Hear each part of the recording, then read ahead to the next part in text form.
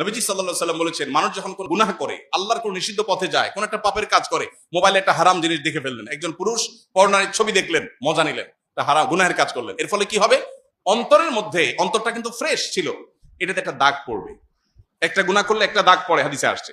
আরেকটা গুনাহ পড়লে আরেকটা দাগ পড়ে, আরেকটা পড়লে আরেকটা দাগ পড়ে। এবার পড়তে পড়তে একটা স্বচ্ছ আয়নার উপরে যেরকম অনেক ময়লা পড়লে যেরকম সে আয়নায় ভালো মন্দ চেহারাতে কি আছে না আছে বোঝা যায় না, ঠিক একইভাবে একটা অন্তরে যখন অনেক গুনাহ করতে করতে করতে করতে কলুষে পরিপূর্ণ হয়ে যায়, তখন এই অন্তর দিয়ে কোনটা ভালো কোনটা মন্দ, কোনটা হক কোনটা বাতিল, কোনটা সত্য কোনটা মিথ্যা, কোনটা জান্নাতের পথ কোনটা জাহান্নামের পথ, এটা নিরূপণ করবার ক্ষমতা থাকে না।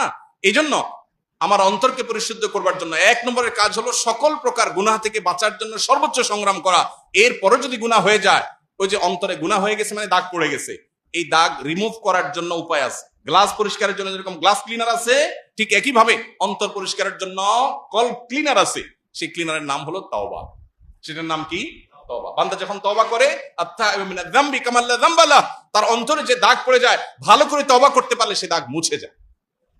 তাহলে আমাদের নিজেদের পরিশুদ্ধ করার জন্য 1 নম্বর স্টেপ হলো কি? গুনাহ থেকে বাঁচার জন্য সংগ্রাম করা।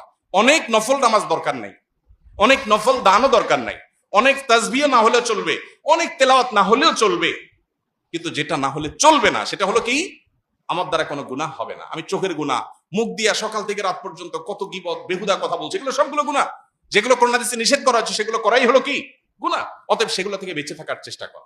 যদি কোনটা হয়ে গেছে আমি টের পাই, এই কথাটা তো বলা ঠিক হয়নি, আমার অন্যায় হয়ে গেছে, দেরি না করে সাথে সাথে রিমুভার দিয়ে সেটাকে রিমুভ করা, অর্থাৎ তওবা করা, যে আল্লাহ আমি অন্যায় করেছি আর করবো না, এটাই রিমুভার।